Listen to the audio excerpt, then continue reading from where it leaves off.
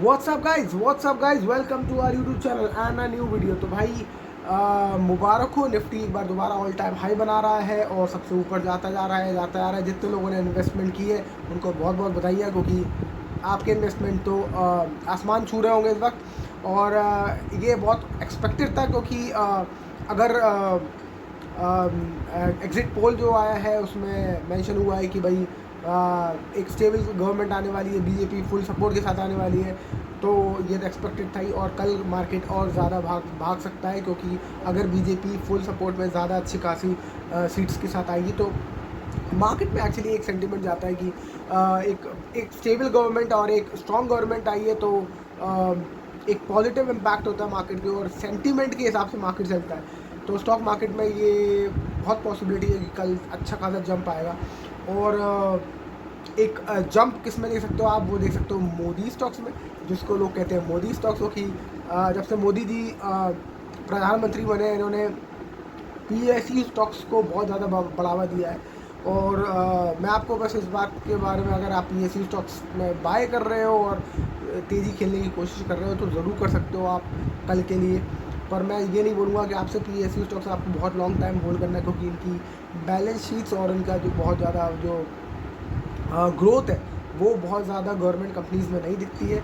और आप देख लो बीएसएनएल का क्या हाल है, ज़्यादातर वही मैं देखो ना, जो भी सरकारी कंपनीज़ है उनको धीरे धीरे ऐसा किया जाता है जैसे कि उसको धीरे धीरे वेंटिलेटर पे रखे रहो, उसको लेस कॉम्पिटिटिव बना दो और जिससे कि दूसरे प्राइवेट प्लेयर को आगे बढ़ा दो। तो बीएसएनएल और एमटीएनएल का ये हाल हुआ। तो सरकारी कंपनीज़ में इसलिए रहना बहुत मुश्किल है, और मेरे हिसाब से लॉन्ग टर्म के लिए अच्छा नहीं है। तो अगर आप पीएसयू स्टॉक्स के बहुत दीवाने हो रहे हो मोदी जी के इन्फ्लुएंस में आके, तो ज़रूर आप अपनी तेज़ी खेल सकते हो थोड़े दिनों के लिए, जब तक मोदी जी की जो इन्फ्लुएंस आएगा।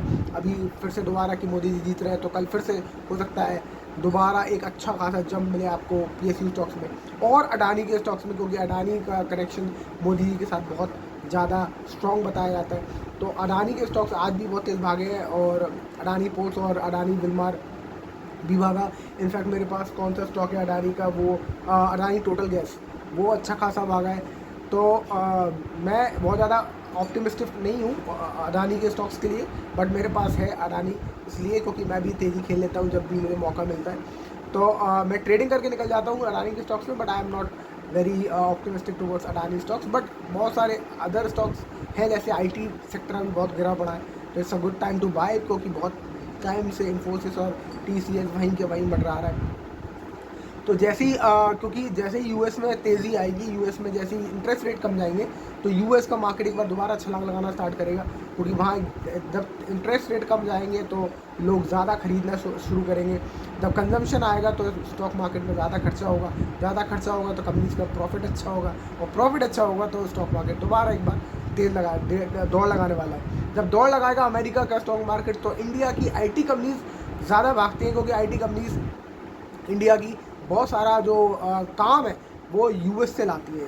तो सारा आईटी का काम जो यूएस इन्फोसिस और टीसीएस करती है वो यूएस से लाते हैं वो काम।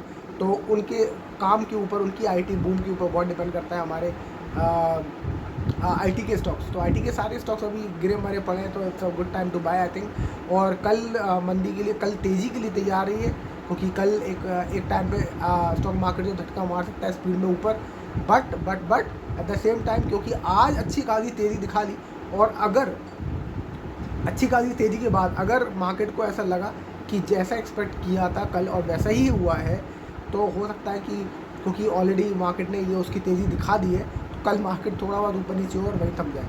तो कोई ज़रूरी नहीं कि बहुत ज़्यादा तादाद में तेज़ भागेगा मार्केट, बट एक उम्मीद है, एक्सपेक्टेशंस है, क्योंकि सेंटिमेंट जब बहुत ज़्यादा स्ट्रॉन्ग होता है ऑप्टिमिज़म का स्पेशली, तो मार्केट अच्छा खासा रैली कर सकता है। तो ऑल द बेस्ट सभी खिलाड़ियों को, जो भी खिलाड़ी हैं हमारे स्टॉक मार्केट के, जो भी इन्वेस्ट करते हैं। और बहुत सारे जो दोस्त हैं जो मेरे को सुन के मेरे साथ रह के इन्होंने इन्वेस्टमेंट स्टार्ट की थी, तो उनको तो बहुत मज़े आ गए, क्योंकि मैंने उनको पर्सनली स्टॉक दिलवाए थे और उनके तो बढ़िया पोर्टफोलियो बन गए और उनको बड़ा मज़ा आ रहा है। पर ये थोड़ा सा तेज़ी का दौर है, इसलिए सबके रिटर्न भी बन रहे हैं, पर मंदी का दौर भी आएगा, तो उसमें जो टिका रहेगा वो ज़्यादा खिलाड़ी है, क्योंकि अभी तो एक बुल मार्केट चल रहा है, तो ये कब तक चलेगा पता नहीं। पर जब मंदी आएगी तो मंदी के टाइम पे जो टिका रहा, जो 1-2 साल 4 साल टिका रहा मंदी के टाइम पे भी, जब स्टॉक मार्केट कहीं नहीं जा रहा था वहीं घूम रहा है, वही एक्चुअली यूज़ कर पाता है सारी तेज़ी का फ़ायदा। वरना क्या होता है कि कुछ प्लेयर्स आते हैं और कुछ वापस चले जाते हैं।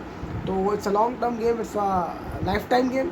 तो बहुत सारे जो लोग हैं कीप इन्वेस्टिंग और ऑल द बेस्ट कल के लिए। अगर आपका पोर्टफोलियो अगर आप इन्वेस्टेड है तो आप ज़रूर बताएं कि आपका आज जो पोर्टफोलियो है वो कितने परसेंट ऊपर भागा है। मेरा पोर्टफोलियो निफ्टी 3% था, पर मेरा पोर्टफोलियो 2.5% ऊपर गया है। तो अपना पोर्टफोलियो ज़रूर बताएं and I will see you in the next video. Thank you so much for watching. Trying to find the words to say, but nothing comes out.